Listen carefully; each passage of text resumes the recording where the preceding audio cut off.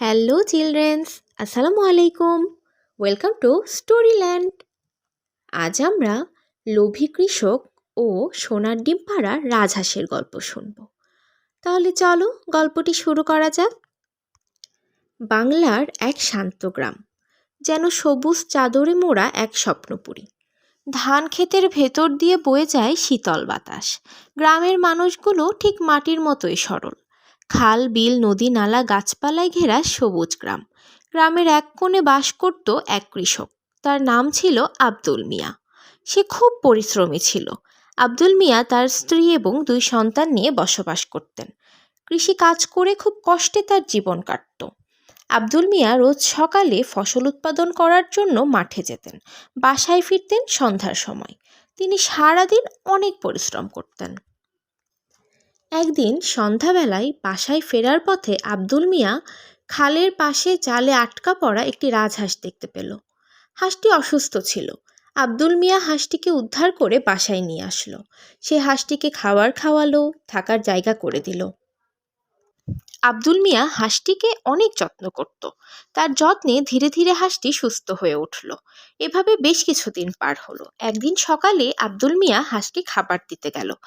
আব্দুল মিয়া দেখলো হাঁসটি একটি ডিম পেড়েছে। আব্দুল মিয়া ডিমটি হাতে নিয়ে দেখলো এটি তো সোনার ডিম। আব্দুল মিয়া প্রথমে তার নিজের চোখকে বিশ্বাস করতে পারছিল না। সে ভাবছে এটি স্বপ্ন নাকি সত্যি। আব্দুল মিয়া ডিমটি নিয়ে স্বর্ণকারের কাছে গেল। স্বর্ণকার বলল, সত্যি এটি খাঁটি সোনা। সে ডিমটি বিক্রি করে অনেকগুলো টাকা পেল। প্রতিদিন রাজহাঁসটি এভাবেই একটি করে সোনার ডিম দিত। কিছুদিনের মধ্যেই আব্দুল মিয়া ধনী হয়ে উঠল। নতুন বাড়ি করলো, গাড়ি কিনলো, অনেক জমি কিনলো। নতুন জামা কাপড়, অনেক খাবার দাবার, দামি আসবাবপত্র কিনে সে সুখে দিন কাটাতে লাগলো। কিন্তু কিছুদিন পরেই আব্দুল মিয়ার মনে লোভ ঢুকে পড়ল। সে চিন্তা করলো, হাঁসটি যদি প্রতিদিন একটি করে ডিম দেয়, তাহলে নিশ্চয়ই তার পেটে অনেকগুলো সোনার ডিম আছে। আমি যদি সব স্বর্ণের ডিম একসঙ্গেই পেয়ে যাই। তার লোভ দিন দিন বৃদ্ধি পেল। একদিন সকালে আব্দুল মিয়া হাঁসটির পেট কেটে সবগুলো সোনার ডিম বের করে নেওয়ার সিদ্ধান্ত নিল।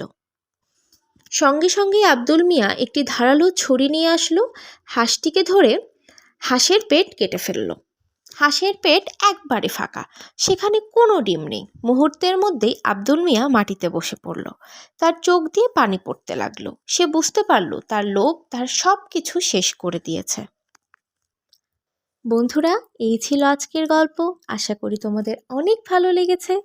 খুব শীঘ্রই নতুন আরেকটি গল্প নিয়ে তোমাদের মাঝে উপস্থিত হব। ততক্ষণ পর্যন্ত তোমরা ভালো থাকবে, সুস্থ থাকবে, সাবধানে থাকবে।